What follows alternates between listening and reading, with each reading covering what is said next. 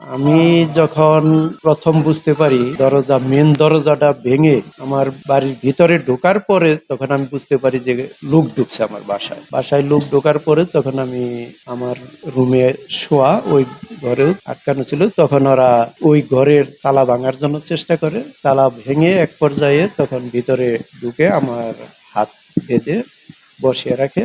তারপরে ওনারা জিজ্ঞেস করে যে জিনিসপত্র কি আছে, পরে আমি বলছি সবই খোলা আছে, আপনারা যা আছে সব নিয়ে যান, আমার সাথে কোনো খারাপ আচরণের দরকার নেই।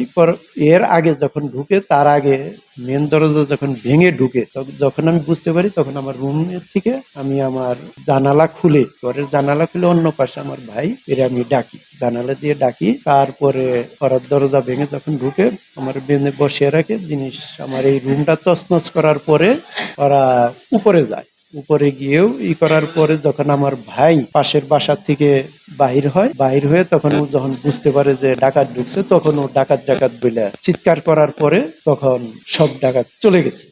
কালার এক্সপার্ট, জর্জ স্যাপ এবং মাইল্ড অন হ্যান্ডস টেকনোলজি সমৃদ্ধ অরিক্স ক্রিস্টাল ওয়াশ আপনার আমারে অন্য কোনো টর্চারিং করে নাই, কিছুই বলে নাই, তখন চলে গেছে। আমার এখানে এই দুইটা মোবাইল ছিল, দুইটা মোবাইলই নিয়ে গেছে, পাশাপাশি পরনে অলংকার ছিল, চেইন, কানের দুল আর আংটি, আর ওয়ার্ড্রপ ভেঙে ওইখান থেকে আংটি, আনুমানিক 2.5 ভরি।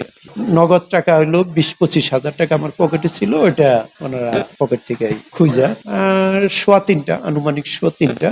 আমার বাসার ভিতরে ঢুকছে 6 জনকেই আমি দেখতে পাইছি, আর বাকিগুলা হয়তো বাইরে থাকতে পারে। দেশীয় যে রামদা কয়, ছুরি, আর হইলো ওই যে কায়াল কয় এক জাতীয়, যেগুলা দিয়ে দরজাটা ভাঙছে, আমি বুঝতে পারি চাইরিয়া যে ওই যে কায়াল কয়, ওইটা দিয়ে ওরা এই আগ্নেয় অস্ত্র এগুলা ছিল। পুলিশ ছিল ফোন চন্দিছিল না, মুখ বান্ধা